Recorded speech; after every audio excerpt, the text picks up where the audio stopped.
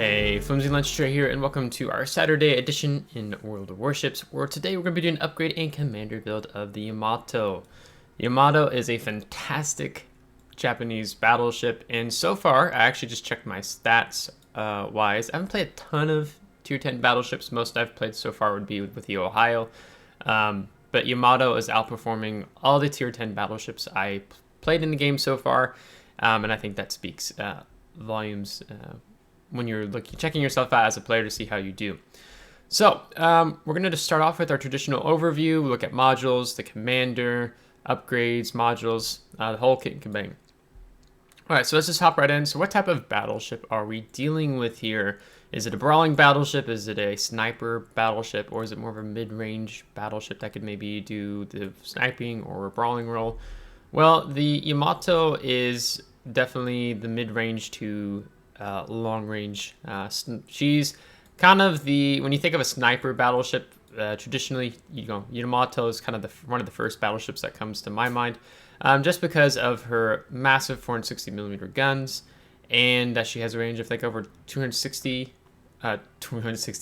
kilometers, sorry, that I have her built for right now within the game. I'm going to briefly talk about it, but her secondary armament, she's got the 127mm, and also she's got this 155mm turret up on the top here. But her secondaries, they're no joke. I mean, if you're pushing as a destroyer, I mean, you're gonna have all of these to deal with on the side here in terms of her secondary arsenal. The 127mm guns are similar to what you find on a Harugamo. Yeah, so she's at mid-range, and when I say mid-range, I'm thinking like 13 kilometers up to that 20 kilometers. That's usually when I'm playing a game. When I start off, that's the range I'm playing Yamato at. Then maybe late game, you're finishing up the enemy teams, and you can kind of push in, maybe get a little more closer. So let's go ahead and talk about the armor, because I talked a little bit about that in yesterday's double future. So you have 32mm fore end plating, and you're going to also have the same on the aft end plating. Along the armor belt, also 32mm, and then you have this armor belt of 410mm. In terms of the deck plating, you can see 50mm, that increases up to 57mm, so she's a bit resistant to the HE spam meta in terms of this part of the deck area. A little bit weaker, as you can see, kind of tapers off to that 32mm.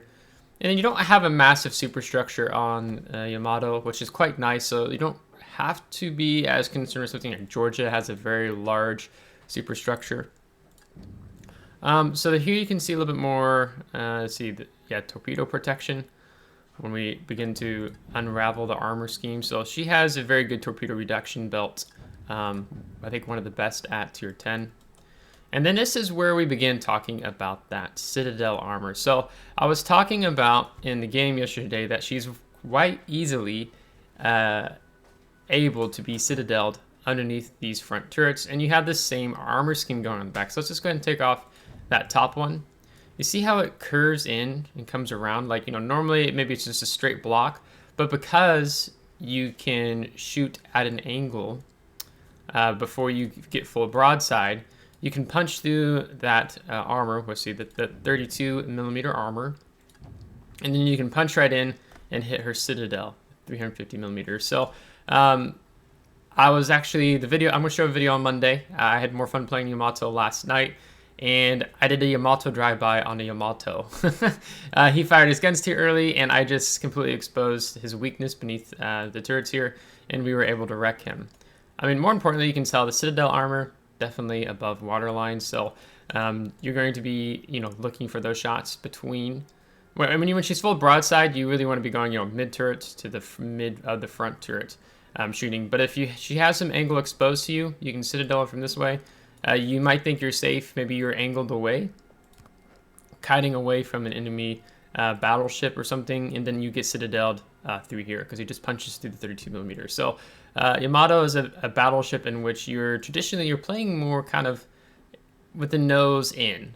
You're not just doing this number all the time, just because, again, it's just very easy to punch through and citadel her underneath her front or rear turrets. So a lot of players go for this exposed weakness just because it's angled in. So when it's angled in like that, a shell's not going to simply bounce like it would at this angle. It's going to punch through and hit your citadel. So when you play the Yamato, you have to be very careful because good to experienced players will expose that weakness here with the Yamato. Enough about that. Let's go ahead and go in and talk about the modules here first. So there's nothing to upgrade here at tier 10. You have the 460mm guns. These are over 18 point, I think it was a 1-inch gun, something like that. And they overmatch a lot of things in the game.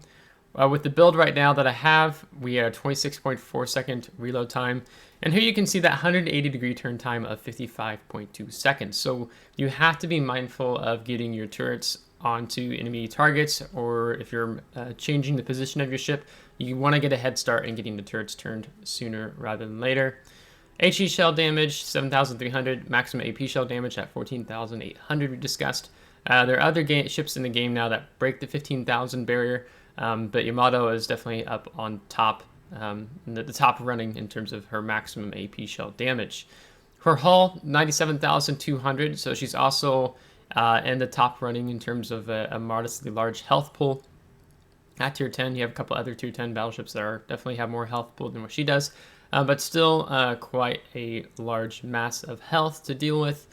In terms of her main battery firing range, I have the 26.6 kilometers. I've not done anything to extend the range out, which you can when we go to look at the upgrades. But I find 26.6 is quite well, especially when you're able to pair it with the spotter aircraft, which gives you a plus 20%. So you're really being able to reach out far between the spotter plane and the 26.6 kilometer range that you already have with these guns. In terms of her propulsion, 150,000 horsepower, 27 knots. That's without any type of Sierra Mike flag. So if I took Sierra Mike, we can get her up to 28.4. The WoW's wiki article says she's the second slowest tier 10 battleship, but with newer ships in the game, I don't know if that still holds true or not. I think Vermont's something like 24, 25. So she doesn't get around anywhere on the map in a hurry just because she's a very large battleship. And very heavy at that in real life. So let's go ahead and look at the upgrades. First, we have the main armaments modification. We're going to look at some things as we go through here, but the risk of the main battery becoming incapacitated, negative 20%, main battery survivability, plus 50%, and main battery repair time, negative 20%. So the WoW's Wiki article discussed yesterday, and I meant to look at this when we went to look at the armor layout, is that she has very good armor on her guns. Okay, so if we look at the front here, 650 millimeter. Yeah, that's no joke. 250 millimeter on the side, 190 in the back, and 270 millimeter up top. Okay, these are very heavily armored guns and very difficult to incapacitate if you fire at them head on, where you're gonna have much better chances if you're shooting the side or the rear of the turret. So these are definitely some stonky turrets. I have run that just because, for me, the guns are the bread and butter of the Yamato. I don't want one to go down. So I've just built into increasing their survivability and reducing any risk of them becoming incapacitated. So that is why I have run the main armaments modification 1. You also have auxiliary armaments modification 1. This is something for more of an AA secondary go.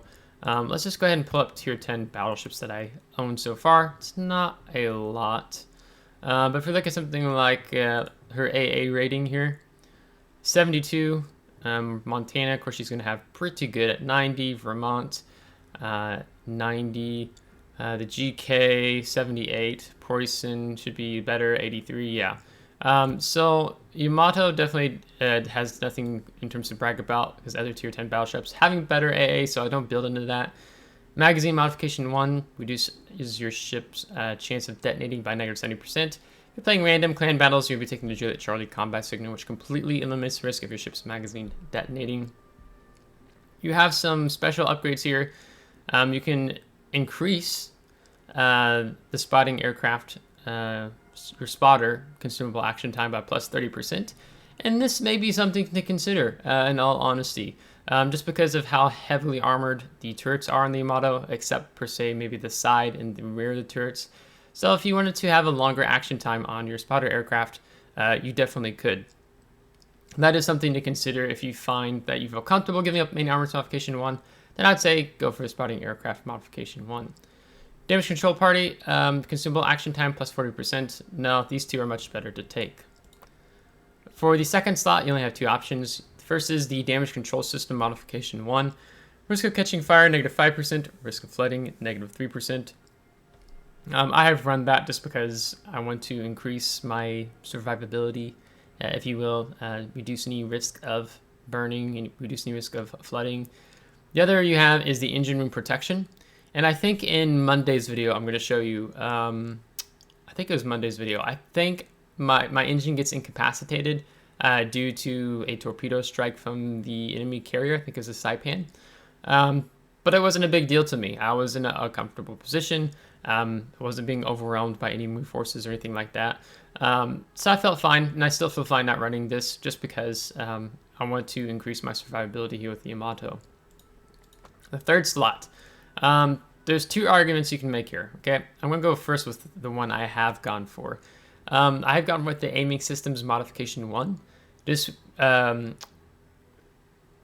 decreases your maximum main battery shell dispersion. So you're having tighter horizontal dispersion and tighter vertical dispersion. I have gone for accuracy here in the third slot. You also get a slight buff to your secondary batteries between their firing range and their shell dispersion, but I have taken this simply for the accuracy, because you can really build into the accuracy even more, and we'll look at that in the sixth slot. And you have quite the deadly sniper battleship you have on your hands. The other you could go for is the main battery modification 2, which would increase your main battery traverse speed by plus 15%. So you don't have that really long 55.2 second, 180 degree turn time. You could get that down if you wanted to, but I would still tell you that you want to go for accuracy. If you're constantly changing the direction of your turrets, I'd be wondering more about your position. Are you just pushing in, brawling immediately with the Yamato? Like, because you're not brawling, you're not getting in close and fighting with all these enemy ships, typically. This is not an issue because you don't need it. You're playing more that mid to long range. Now you will see example where I do a drive-by in Monday's video on the Yamato, and I start turning my turrets earlier than maybe I normally would in Ohio or Massachusetts. You're going to see that there's a destroyer that decides to rush me. Yeah, it kind of hurts not to have this. But you'll see how that ends up shaping up here. But the aiming systems modification is what I want to go for. Don't really recommend necessarily going for a secondary build with Yamato, just because she's not a good brawler at close range. And in terms of AA, there's other battleships in the game, like Montana, Vermont, that do the AA role better. For the fourth slot, I've taken the damage control system modification 2. This is in building into your tankiness, your survivability. Reduces the fire extinguishing time by -15% and flooding recovery time by -15%. So to me, this is kind of the must here. The other two options you'd have would be propulsion or steering gears. And when you're looking at her maneuverability, she's got a larger turning radius of 900 meters and rudder shift time quite slow at 22.1 seconds because you're dealing with a larger battleship here. And her concealment is not the best at tier 10. There's other battleships that have greater concealment than Yamato. So you're going to be drawing attention to yourself. People are going to focus you because they don't like your 460 millimeter guns. So I have just simply gone for the damage control system modification 2. For the fifth slot, I have taken the concealment system modification 1, reduces our ship's detectability range, squadron detectability range, and dispersion of shells fired by enemies attacking your ship plus 5%. Okay, so this is what gets you down to that 14.1 kilometer detectability by sea. Also, if you take it on your commander, which we'll look at here in just a moment. So this is the way you want to go. Gives you some more flexibility to get maybe more into position early on in the game if you want, or if your flank is overwhelmed and enemy starts to push, you're not fast and getting away with that 27 knot speed. So you want to be able to have that concealment flexibility where it helps you disengage. Because again, you're not a brawling battleship. You're not right up on the front lines necessarily. At least first half of the match. Torpedo lookout system, I'd say no, because even if you see them coming, you are not fast nor are you agile to avoid them. Consumable action time, no. Concealment system is just the best all around here. For the 6th slot, right now I have taken the main battery modification 3. This is what's enabling us to get that 26.4 second reload time with our main battery, but it comes at the cost of our main battery traverse speed, negative 13%. Okay, so that's a bit of a Debbie Downer there. It adds on to that 180-degree turn time, but I really like increasing my DPM because this is already pretty accurate battleship, and we're going to talk about how we can even get a greater accuracy here in a moment. But for now, this is what I really have preferred running. You also have a gunfire control system modification 2. This would extend your main battery firing range plus 16%. Okay, your range is already 26.6 kilometers. If you are stock needing more range, I would say, why are you fighting over 26, 27 kilometers away? Like, are you in J1? Are you in A10? Like, what's your game plan here? So I rarely find myself ever needing this, and when I do need it, I just pop the spotter aircraft, and that has worked totally fine. So I wouldn't recommend the gunfire control system modification 2. Maybe there's some, if you're going for sniping enemy CVs at the start, you can, but again, you get plus 20% with spotting aircraft. So if you have a CV friend who's keeping that enemy CV spotted, between you and maybe another div mate, you should be able to wear down enemy CV quite quickly just with this current combo. You also have auxiliary armaments modification 2. This improves your secondary battery reload time, your continuous AA damage from shell explosions. No. Again, there's other battleships at tier 10 that perform the secondary and the AA role better than the Yamato. And then you have this guy. This is the unique upgrade, legendary upgrade also referred to, for the Yamato, being the main battery director system. And you find this in the research bureau. If you don't have the access to research bureau, I have a whole video on that. I'll just go ahead and tag it at the end of this video. How you get access to it, so on and so forth. You used to be able to obtain these through combat missions for the ship. And then Wargaming moved it to the research bureau, and people didn't want Wargaming to do that, but they did it regardless. Oh, what the heck is this? Oh, it's a Puerto Rico certificate. I was like, what is the frog, man? It looks like a frog. Yeah. Sorry, sidetracked. This improves the ship's tactical role by increasing the efficiency of long-range engagements. So, your maximum main battery shell dispersion, negative 7%. So it stacks on with the upgrade in the 3rd slot, negative 7%, and then here, negative 7%. So you are doing quite well in terms of your accuracy. It's like, you can think of it as a negative 14%. So that is actually really good. But when you take this, you take the main battery traverse speed, negative 13%. So your turrets are going to turn as fast. And we already have this on the ship right now in terms of our 6th slot, being the main battery modification 3, negative 13%. So even if we take it, our turrets aren't going to turn any more slower at this point, just because we already have that kind of capped at the 55.2 seconds. So what you do get is greater accuracy. So I'm going to assume, I'll throw numbers up here on the screen of what that maximum dispersion ends up looking like here with Yamato, as well as her Sigma, because she has really good Sigma as well. Sigma is the chance of a shell landing in the middle of where you're aiming. Then you have this vertical and horizontal dispersion that helps bring your shells to a tighter grouping. Okay, so those are the upgrades. So in terms of consumables, consumable action time 11 seconds on the damage control party. So it's not up for very long, so you have to be mindful of that. We have right now a 73.7 second reload time on our damage control party. That is also due to taking the November Foxtrot, so I'm able to get my consumables back up quicker. And with part of the build we're doing with Yamamoto Isoroku here. Then with the repair party, if we do not have the India Delta, it's 486 HP per second. With India Delta, 583. Consumable action time of 30.8 seconds. Reload time of 73.7 seconds. Again with November Foxtrot. You have two consumables or choices here. You have either the spotting aircraft, which gives you that additional 20% main battery firing range, and you also have fighter.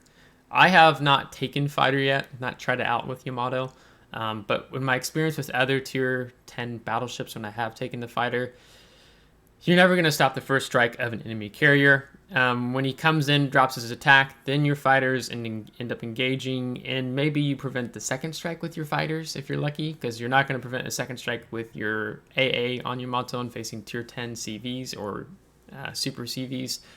So then maybe there's a little bit more of a warrant for this if you're already quite comfortable with that 26.6 kilometer.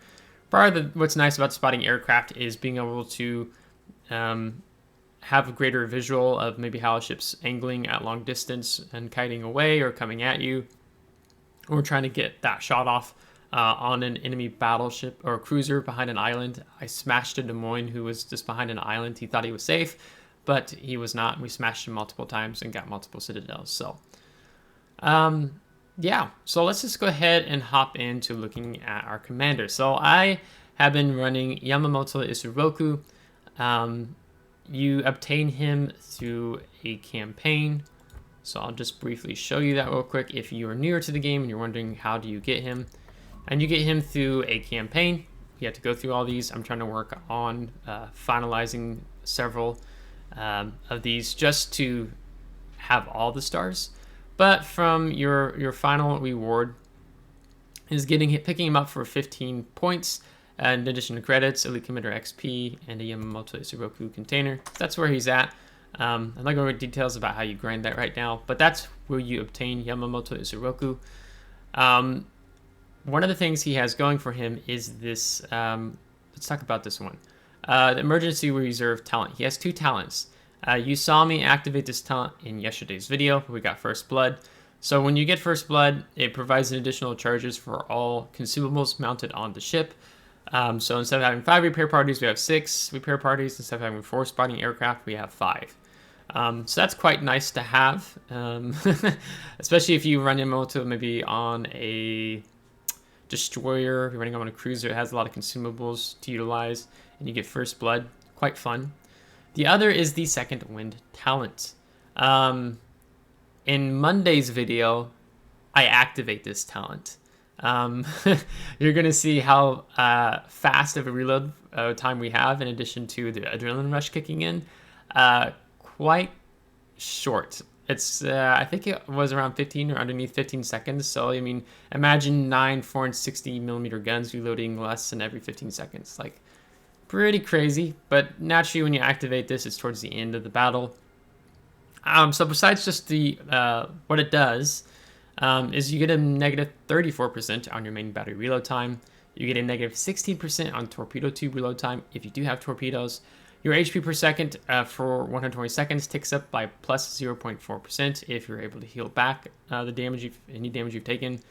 And squadron preparation time, negative 16% if you're running them on a carrier or something like that. So really good talents, and that I love activating. I think when I first started running him on Fuso, one night I played Yamamoto Isoroku on Fuso. I got 3 Kraken Unleashes that one night, like kind of crazy.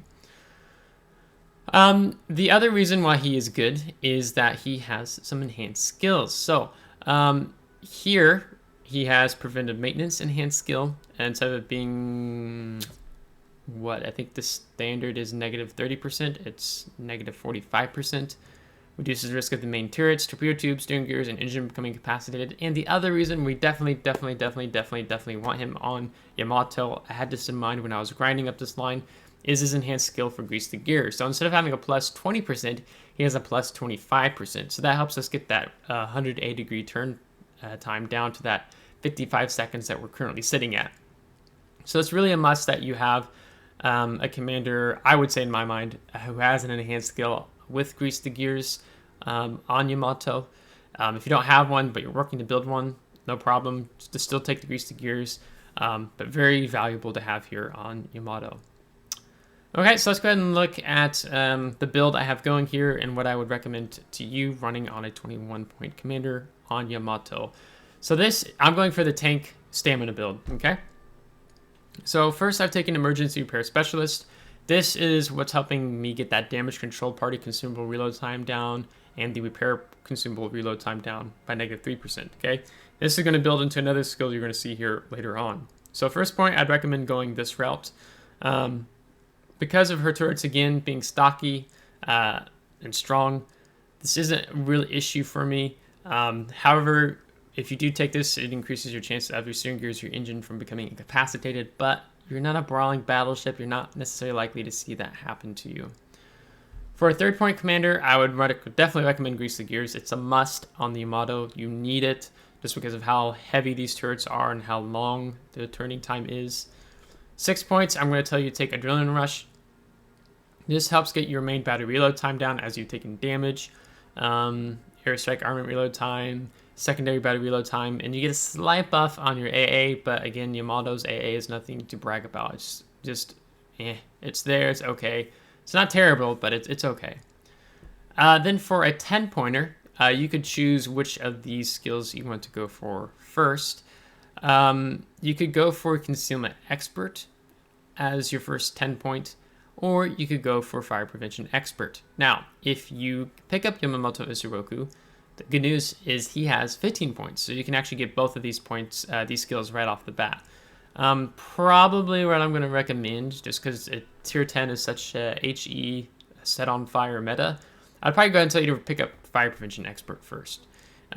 Your risk of catching fires is -10%, and maximum number of fires, -1. Okay, so in terms of maybe you're saying, I never get 4 fires set on me. How does fire prevention work? You're a new player here. Let me explain to you real quick.